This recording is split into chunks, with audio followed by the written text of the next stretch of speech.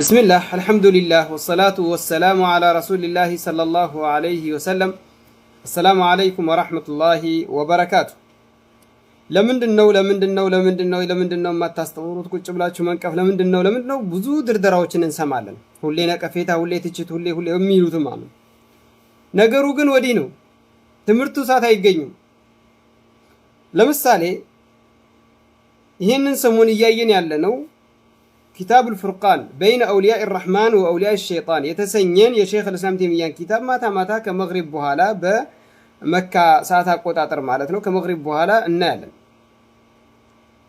كتاب لاي يتيازن الزا كتاب لاي يتسافن الزا كتاب لاي بقرآننا بحديث تدقفو يمتان يتتكسننا باهنسا ميديا لاي ميقنانينا مين مساسلن عند قرايزن تكسوالن الزا بوتا لاي فيديو يقورتونا يوصلنا كزنبالا الريكو يازلقكم جلالو قدائي ودزادر ودينو قدائي አትምርቱ ቦታ ስለማይገኙ የተቆረጠ ድምጽ ያገኙ ግራ ይጋቡና ወይም ደግሞ ትችት ይላሉ እስቲ ቁርአን እንመልከትና አላህ በቁርአን ላይ ጠማማዎችን መንገድ የሳቱትን ይነቅፋቸዋል ይተቻቸዋል መልስ ሰጣቸዋል ምሳሌ አላህ Subhanahu Wa Ta'ala በቁርአኑ ላይ በርካታ የጥመት ሰዎችን ለጀሃነም የዳረጋቸውን ለአላህ ቁጣ የዳረጋቸውን ይናገራል ምሳሌ ያን የሚያደርግልን እንደነሱ ከሆነ እኛም የዛ ድርሻ እንደሚደርሰን ይገለጸልን ያለው መልካሞቹ መልእክተኛን የተከተሉትን ደሞ ደግ ያደረጉትን ቀደምት ነብያቶችንም ይሁኑ የነብዩ መሐመድ ሰለላሁ ዐለይሂ ወሰለም የተከተሉ ሷሃቦችንም ይሁኑ ሲገልጻቸው መልካምና ኸይር ነገርን ዱንያ ላይም እንደሚያገኙ በአኺራም ተወፋ የሚወፈቁ እንደሆነ ይገልጽልናል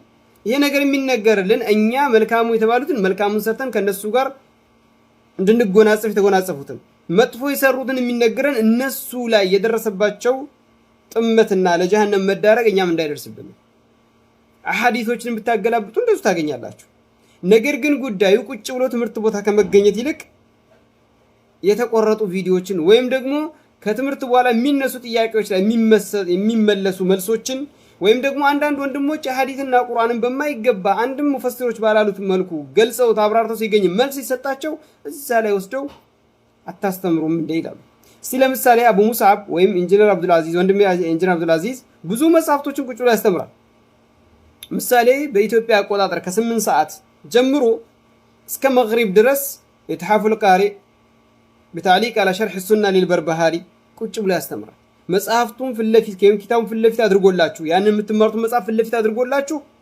እያነበባችሁ ያስተምራል ግን ምን ያክል ሰው ነው የሚገኘው በርካታ ኪታቦችን ነው እዛ ቦታ ላይ የሚያስተምራቸው የሚያብራራቸው የሚገልጻቸው ነገር ግን ወዴት ነው ጉዳዩ ነው ትምርት መማር ማለት የሙስሊሞች ወይ ደግሞ የሙስሊም ዑለማዎች የጻፉትን መጽሐፍ መማር ወይ ቁርአንና ሐዲስን መማር ነው ወይስ ሌላ እምነት ተከታዮችን መጽሐፍቶችን በማያውቁት ውስጥ እየገቡ ሐዲስን መካድና ቁርአን አንቀጽን መካድ እነዛ ናቸው ጉዳዩ ሰው የተምታታበት ጉዳይ አለ ቁጭ ብሎ ስለ ፋቲሃ ተፍሲር ከመማር ይልቅ የሆነ ፖለቲካና የሆነ የዘር ጉዳይና ወይም የሆነ የሌላ እምነት ተከታይ መጽሐፍ ላይ ያለን ነገርን ነውርን በዛ ጉዳይ ላይ መናገርን ትልቅ ዒልም አድርገው ይዙታል ወይን ተዓጀብ ፈዓጀብ ቁጭ ብላችሁ ለመማር ካበቃችሁ ብዙ ትምርቶችን የሚማማሩበት ቦታዎች አለ ቴሌግራም ብትሉ በቲክቶክ ላይ እንደዚህ ጥቆማ የሚያደርጉ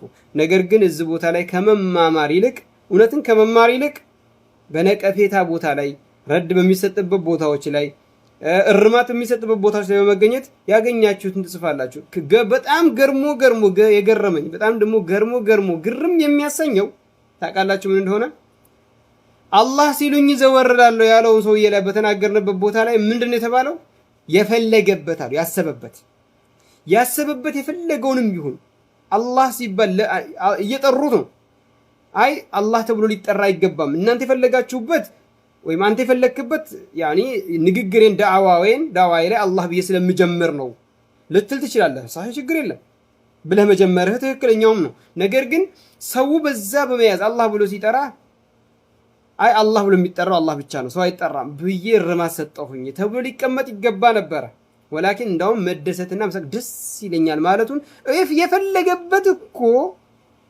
ይላል የፈለገበት እኮ ሰሪህ ንግግር وكفروا بما قالوا من القرآن አንቀጽ ረሳሉ ሰው በሚናገረው ንግግር አስቦበት ባይባልም በተናገረው ቃል ነቢያችን ሰለላሁ ዐለይሂ ወሰለም እነ ረጁለ ላ የተከለሙ ቢከሊመቲን አሉት። አንድ ሰው በአንዲት ከሊማ ይናገራል ጀሃነም አዝቅት ይወረወርበታል አሉት። የሚናገሯት ንግግር ጀሃነም አዝቅት እንደምታወርድ ሰው ያላወቀ ይመስለኛል። እና አላሁመ አሪና አልሐቀ ሐቀን ወርዙቅና ኢትባዐ ወአሪና አልባጢለ ባጢለን ወርዙቅና ኢጅቲናበሁ። ወሰላሙ አለይኩም። ከሚገርመኝ ነገራቶች ውስጥ እነዚህ የጥመት አንጃዎች ረቢዑል አወል በመጣ ቁጥር የነቢዩ ሰለላሁ ዐለይሂ ወሰለም ልደትን ለማክበር ከነቢዩ ሰለላሁ ዐለይሂ ወሰለም ሐዲስ ማስረጃ አለን ይላሉ። ከዛም የነቢዩን ሰለላሁ ዐለይሂ ወሰለም ሐዲስን ያቀርባል። ምን የሚለውን ረሱሉ ሰለላሁ ዐለይሂ ወሰለም ሱኢለ ዐን ሲያም የውመል ኢስነይን ነቢዩ ሰለላሁ ዐለይሂ ወሰለም ተጠየቁ የውመል ኢስነይንን የሰኞ ቀንን ለምን እንደሚጾሙ ተጠየቁ የሚለውን ሐዲስ ዛከ የውሙን ወሊድቱ ፊሂ ወየውሙን ኡንዚለ ዐለየ ፊሂ ይላል ሐዲሱ። ሰኞ ቀን የተወለድኩበት ቀን ነው፣ እንደዚሁም በሰኞ ቀን ነው ወህይም እኔ ላይ የወረደው ይላል ሐዲሱ። ሐዲሱ ሰሒህ ነው፣ ሁላችንም እንቀበላለን የነቢዩን ሰለላሁ ዐለይሂ ወሰለም ሐዲስ። ነገር ግን ማስረጃው ወጅብ ልስትድላል እንዴት ነው ማስረጃ ልታደርገው የቻልከው እንለዋለን። ነቢዩ ሰለላሁ ዐለይሂ ወሰለም ሰኞ ቀን ለምን ትጾማላችሁ ተጠይቁ ያ ቀን እኔ የተወለድኩበት ቀን ነው ብሎ ይመልሳል። እንደዚህ አይነት ሽባዎችን በስድስት ሁኔታ መልስ ልንሰጠው እንችላለን፣ ሐቅን ለሚፈልግ ሰው ማለት ነው። አንደኛው መልስ ነቢዩ ሰለላሁ ዐለይሂ ወሰለም በዚህ ሐዲስ ላይ ስለ ሰኞ ቀን ጾም ነው የተጠየቁት ወይስ ደግሞ ስለ ልደታቸው ማክበር ነው የተጠየቁት? ኢዘን ነቢዩ ሰለላሁ ዐለይሂ ወሰለም በዚህ ሐዲስ ውስጥ ስለ ጾም ነው የተጠየቁት። ኢዘን ነቢዩ ሰለላሁ ዐለይሂ ወሰለም ስለ ሹቢሳ፣ ስለ መደለቅ፣ ስለ ፍትፍት አልተጠየቁም ማለት ነው። ሁለተኛ ነቢዩ ሰለላሁ ዐለይሂ ወሰለም ስለ ሰኞ ቀን ጾም ነው የተጠየቁት ወይስ ደግሞ ስለ ረቢዑል አወል 12ኛ ቀን ነው የተጠየቁት? ኢዘን ነቢዩ ሰለላሁ ዐለይሂ ወሰለም የተጠየቁት ስለ ሰኞ ቀን ጾም ነው የተጠየቁት። ሶስተኛ ይሄ ሰኞ ቀን በየሳምንቱ አንድ ቀን ነው ወይስ ደግሞ በየረቢዑል አወል በመጣ ቁጥር በአመቱ አንድ ጊዜ ነው? ኢዘን ሰኞ ቀን በየሳምንቱ አንድ ቀን ነው፣ በአመቱ ረቢዑል አወልን ጠብቆ 12ኛ ቀን ጠብቆ የሚመጣ ቀን አይደለም ማለት ነው።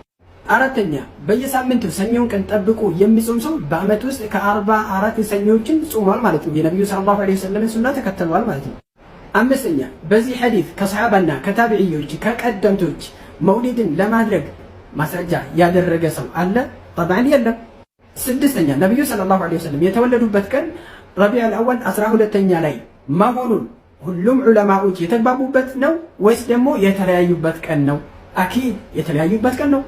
ምክንያቱም ነቢዩ ሰለላሁ ዐለይሂ ወሰለም የተወለዱት ረቢዑል አወል 12ኛ ቀን ነው የሚለው ቁርጥ አድርጎ የሚነግራችሁ ሰውም የለምና 8ኛ ቀን የሚላለ 9ኛ ቀን የሚላለ 11ኛ የሚቀራለ 13ኛ የሚቀራለ 12ኛ የሚቀራለ ምን ዑለማዎች አሉ 17ኛ 18ኛ ባል 22ኛ የሚሉት ማለት እስከ 8 ወይም 7 ኺላፎች አሉ ማለት ነው። ነገር ግን አንድ ነገር አለ። ነቢዩ ሰለላሁ ዐለይሂ ወሰለም ሰኞ ቀን እንደተወለዱ በእርግጠኝነት እንናገራለን። በዓመል ፊል እንደተወለዱ በእርግጠኝነት እንናገራለን። ነገር ግን አሁንም አንድ ነገር ላስታውሳችሁ እፈልጋለሁ። ለው ካነ ዲኑ ቢራኢ ዲናችን በመሰለኝና በደሳለኝ ቢሆን ኖሮ ነቢዩ ሰለላሁ ዐለይሂ ወሰለም የሞቱበት ቀን ረቢዑል አወል 12ኛው ቀን ቢላ ኺላፍ ያለ አንድ ኺላፍ ማለት ነው። ረቢዑል አወል 12ኛ ሙስሊሞች ዘንድ ትልቅ ክስተት ከተከሰተባቸው ቀናቶች ውስጥ አንዱ ነው። እሱም ደግሞ ታላቁ ነቢያችን ሰለላሁ ዐለይሂ ወሰለም ያጣንበት ቀን ስለሆነ፣ ሁለተኛው ከረበል ዒዛ ዘንድ ወህይ የተቋረጠበት ቀን ነው። እንደውም ነቢዩ ሰለላሁ ዐለይሂ ወሰለም ምን ብሏል? አንድ ሐዘን የደረሰበት ሰው ወይም አንድ ክስተት የተከሰተበት ሰው እኔን ያስታውሰኝ በእኔ ይጽናና ነው ያሉት። ምክንያቱም የትኛውም ሙስሊም ላይ የፈለገ ሐዘን አይደርስም ከነቢዩ ሰለላሁ ዐለይሂ ወሰለም ማጣት በላይ የሚያሳዝን ነገር የለምና በእኔ ይጽናና የኔን ሞት ያስታውስ ነው ያሉት። ኢዘን የትኛው ሙሲባ ነቢዩን ሰለላሁ ዐለይሂ ወሰለም እንደ ማጣት አሳዛኝ ነገር የለም ነው።